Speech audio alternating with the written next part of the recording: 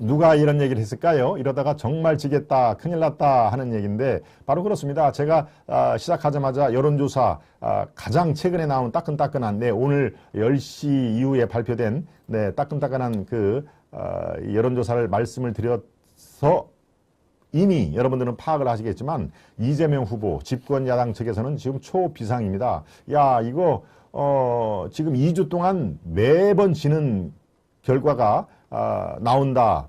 그러고 이게 구조적으로 역전하기가 쉽지가 않아 보인다.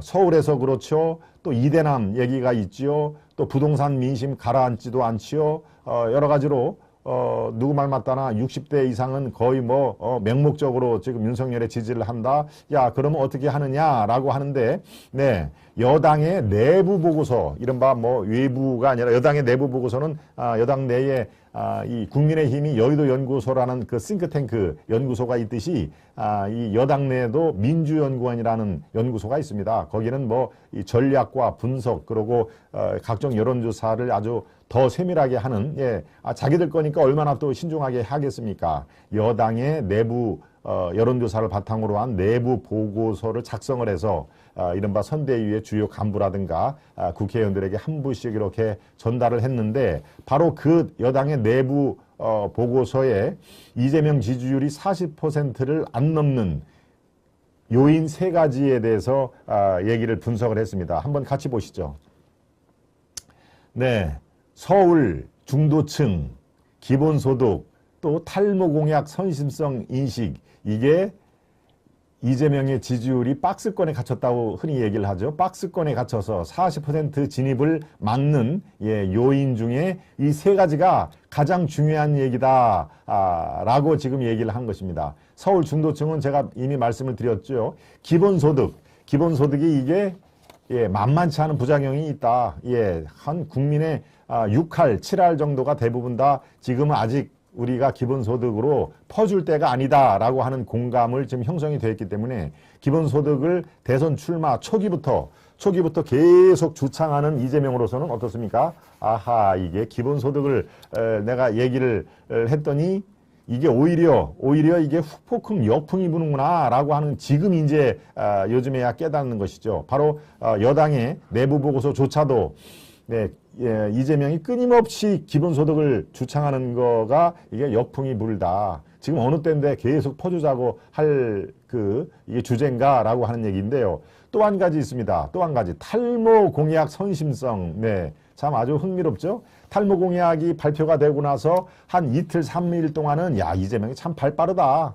그리고 정말 아주 민첩하게 주위에서 딱 이런 거 공약이 어떻습니까? 이른바 생활 밀착형 공약이 이 이재명 후보 쪽에서는 소확행이라고 이름을 붙였죠. 소소하지만 확실한 행복이라는 뜻에서 소확행 아닙니까? 소확행 얘기를 했다고 해서 이재명이 이제 금방 이걸 수용을 한 것이죠. 그러니까 봐라, 이재명은 저렇게 아주 민첩하게 잘 수용을 한다라고 해서 글쎄요, 한 3일 정도는 이른바 약발이 있었습니다. 그런데 이게 조금 시간이 지나니까 이게 꼭 그런 것만 아니구나. 이재명의 이른바 진정성 이런 것들이 표가 돈만 되면은 이렇게 돈에 아주 욕심이 부리는 사람들은 돈만 되면 다 이것저것 사업을 다 하는 것처럼 표만 된다 하면은 모든 걸 다 선심성 공약으로 채택을 하는구나라고 역풍이 분다는 것이죠. 그리고 지금까지 많은 후보들이, 많은 전문가들이 이른바 탈모 치료제가 건강보험에 적용이 되면은 이른바 1000만 인구라고 하는 1000만 명이 탈모로 지금 고생을 하는 건데 그 사람들이 표가 되겠다라는 생각을 왜 못했겠습니까? 지금까지. 탈모는 어제 오늘 일도 아닌데. 그런데 탈모 치료제, 탈모 약을 건강보험 하면은 최소한도 연간 3조, 4조 돈이 들 수밖에 없는데 이 돈은 과연 어디에서 재원을 조달을 하느냐라는 근본적인 물음에까지 이르면은 그렇구나, 이거는 하나 이런 걸 계산도 안 해보고 그냥 덥석 표만 되면 한다는 거구나 라고 역풍이 분다는 것입니다. 그러니까 탈모제 공약으로 상징되는 표만 되면은 공약으로 다 채택을 하더라라고 하는 그런 참을 수 없는 가벼움이 있었다는 거죠. 참을 수 없는 가벼움. 그러니까 거기서 진정성을 느끼지 못하는, 그래서 많은 사람들이 거기에 표를 줄 수가 없이 마음이 떠난다. 예, 바로 이른바 내부 보고서조차도 이재명 후보의 저런 참을 수 없는 가벼움이라든가 또 서울 중도층 뭐 이런 것들이 지금 이게 구조적인 문제라 이거를 극복을 해야 40%를 뚫고 다시 여론조사에서 선두로 나가는데 지금 현재로서는 마땅히 탈출구가 보이지 않는다. 그래서 이러다가 이대로 가다는 정말 우리가 지게 생겼다라고 하는 그런 내용을 포함한 내부 보고서를 만들어낸 것입니다. 네, 그 보고서 다시 한번 보겠습니다. 거기에 표가 하나 있죠. 네. 요 표를 조금 한번 다시 어제도 제가 따끈따끈한 보고서를 하면서 제가 설명을 드렸습니다만은 전체적으로 제목을 한번 보여주세요. 전체적으로 그 기사의 전체적으로 서울 민심이 4.7 때보다 더 나쁘다. 4.7이라는 게 뭡니까? 오세훈 시장을 탄생시킨 4.7 재보궐선거 때보다도 오히려 더 나쁘다. 어떤 게 더 나쁜가? 정권 교체를 염원하는 사람들이 훨씬 더 늘었다라고 하는 게 저 말의 키포인트입니다. 정권 교체를 원하는 분들이 작년 불과 한 10개월 됐나요? 10개월 전에 4월 7일 때보다도 오히려 더 나빠졌다. 네, 그들의 입장에서는 나빠진 것이죠. 정권 교체를 요망하는 분들은 당연히 저게 이제 청신호가 되지 않겠습니까? 또 하나 더 있었죠. 윤석열과 안철수가 단일화 때는 무조건 이재명이 필패를 한다. 이것은 제가 이 방송 시작과 더불어 오늘 발표된 여론조사 때 상세하게 설명을 드렸듯이 바로 저렇습니다. 단일화 때는 뭐 이거 볼 것도 없다. 무조건 이재명이 질 수밖에 없고, 그리고 이 정권 교체를 염망하는 분들의 그 비중 숫자가 오히려 1년 반 전에 4.7 오세훈 시장을 탄생시킨 그 서울시장 때보다도 더 늘었다. 그러니까 이게 구조적인 문제이기 때문에 바로 이대로 가다간 우리가 질 수밖에 없다라고 하는 내용입니다. 네. 그 표를 다시 한번, 이재명 후보의 불리한 점, 말씀을 제가 설명을 드렸습니다만 다시 한번 강조를 하겠습니다. 윤석열, 안철수 단일화 시 서울서 필패 구도 말씀을 드렸죠. 부동산 문제 부각 등 불리한 의제, 아젠다라고 그러죠. 아젠다 지형이 있다. 부동산 문제가 뭐 끝까지 이 발목을 잡을 겁니다. 그리고 이 대장동 문제도, 대장동 게이트도 결국은 부동산 문제 아닙니까? 부동산, 그 판교에, 남판교에 아주 금싸라기 같은 땅을 개발을 하되, 이 김만배를 비롯한 이른바 화천대유 게이트로 7명한테 무려 4,500억 이상을 쏟아준 그런 결과가 되는 것. 대장동 게이트 당일 부동산에서 나온 거 아닙니까? 네, 부동산 문제를 글쎄요, 극복하지 않으면은 저도 마찬가지로 정권 교체 이 염망하는 분들의 뜻이 이루어질 거라고 저는 판단을 하고 있습니다. 네, 일방주의 리더십, 형수욕살, 대장동 의혹, 가장 큰 게 뭐 일방주의 리더십은 약간 철학적인 문제니까 그렇다고 치고요. 바로 대장동 게이트 저 의혹하고 형수, 치명과 형수욕설 그 논란 두 가지가 가장 크죠. 네. 형수욕설 그 녹음 파일은 지금 뭐 여러 가지로 상당히 많은 분들이 이제 이것을 직접적으로 들어가서 이 면모, 실체가 지금 드러나고 있는 상황인데요. 이 후보의 부정적 이미지가 쉽게 개선될 가능성이 거의 없다라고 하는 그런 상황이 지금 돼버린 것입니다. 네. 서울을 중심으로 한 4.7 재보궐선거 때와 필적하는 정권 심판론이 비등하고 있다라고 하는 얘기. 네. 지금 이러한 이 환경, 대선을 둘러싸고 있는 환경이 바로 이재명과 더불어민주당에서 야, 이거 큰일 났다. 이대로 가다가는 우리가 필패다. 이게 어찌해야 되느냐라고 하는 근본적인 바로 퀘스천을 들이민다는 것이죠. 네, 이재명 후보는 한 번 더 기회 달라 연일 읍소를 하고 다닙니다. 제가 어제도 이 시간 오전 11시 김동원의 하이파이브 시간에도 여러분께 말씀을 드렸고 그 영상도 틀어드렸죠. 이재명 후보가 이렇게 울면서 호소를 하고 더 이상 우리 아픈 가족사를 헤집지 말아 주십시오라고 할 때 제가 어떻게 논평을 했습니까? 네, 글쎄요.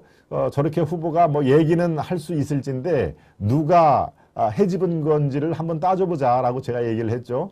아픈 가족사를 만들어내고 또 이 전파하고 또 이 해집은 것은 이재명 후보 본인 아닌가.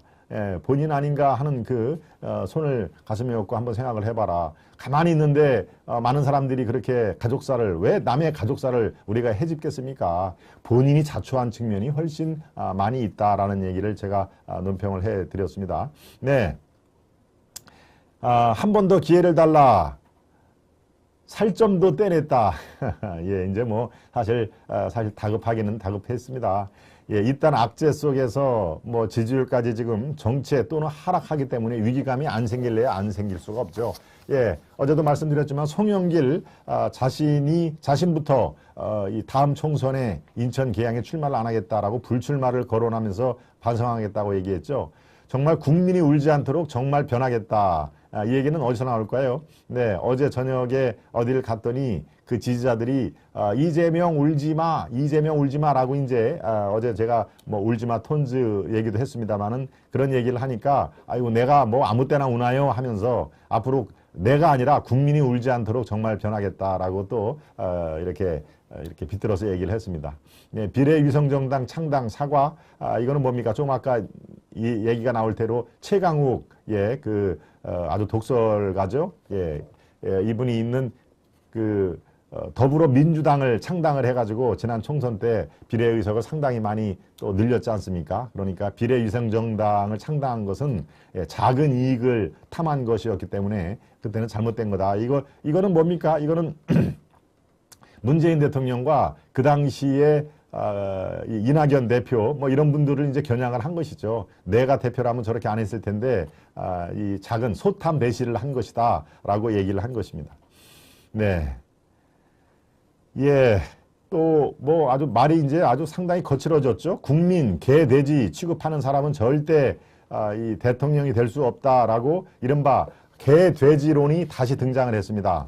국민 개 돼지 취급하는 사람은 절대 대통령이 될 수가 없다. 누굽니까? 예, 윤석열을 겨냥을 한 거죠.